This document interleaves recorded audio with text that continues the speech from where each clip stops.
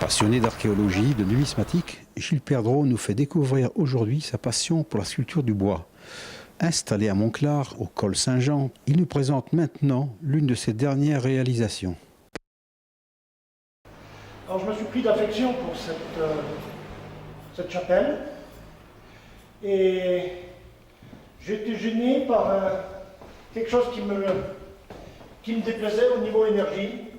Ce tabernacle était ici au milieu, avec cette vierge dessus, d'autre chose devant, on ne voyait strictement rien.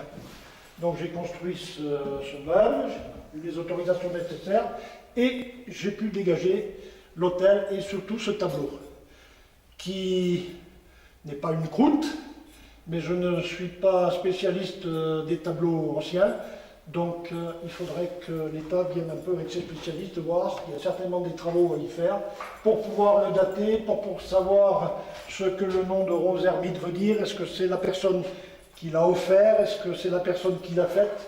Je ne sais pas. Et puis, en 2013, j'étais à Rouen avec ma compagne Mireille. J'ai eu l'envie et le besoin de faire cette sculpture. On m'a donné un énorme cul de noyer que j'ai fait tailler et j'ai fait ça, donc Notre-Dame de la Miséricorde. Voilà, donc c'est 2 ou 3 mois de travail, c'est pas grave, c'est tout un cheminement, c'est ce que je leur ai expliqué. Ben, il y a plein de choses techniques un peu difficiles à cause de la qualité du bois. Il faut savoir qu'aujourd'hui, quand on voit une sculpture en bois quelque part dans une église, dans un musée ou dans un château, bon, mais c'est pas rare que dès l'origine, quand elles ont été faites, elles ont été réparées, parce que le bois c'est quelque chose de vivant qui travaille.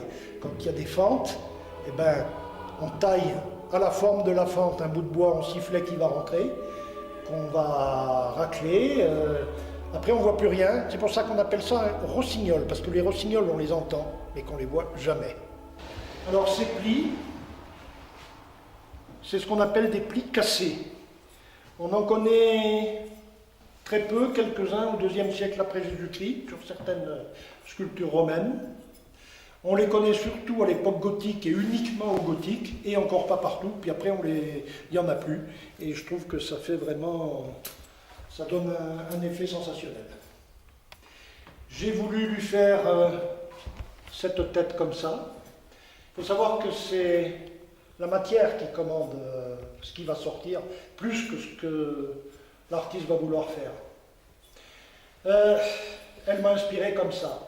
Bon, pour moi, je pense que notre brave Marie, notre bonne mère, n'a pas pu se retrouver enceinte après ses 15 ou 16 ans, d'un pays où il fait chaud, où les filles sont nubiles très tôt.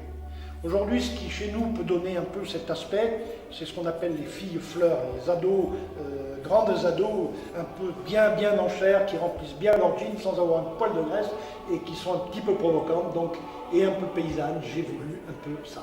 J'ai voulu laisser les aspects de la féminité, j'ai voulu que les cheveux ressortent et les buts de poitrine, voilà. Alors que sur beaucoup de sculptures, autrefois, on enlevait absolument tout ce qui pouvait être un attribut de féminité. Ça, c'est quelque chose que je n'aime pas.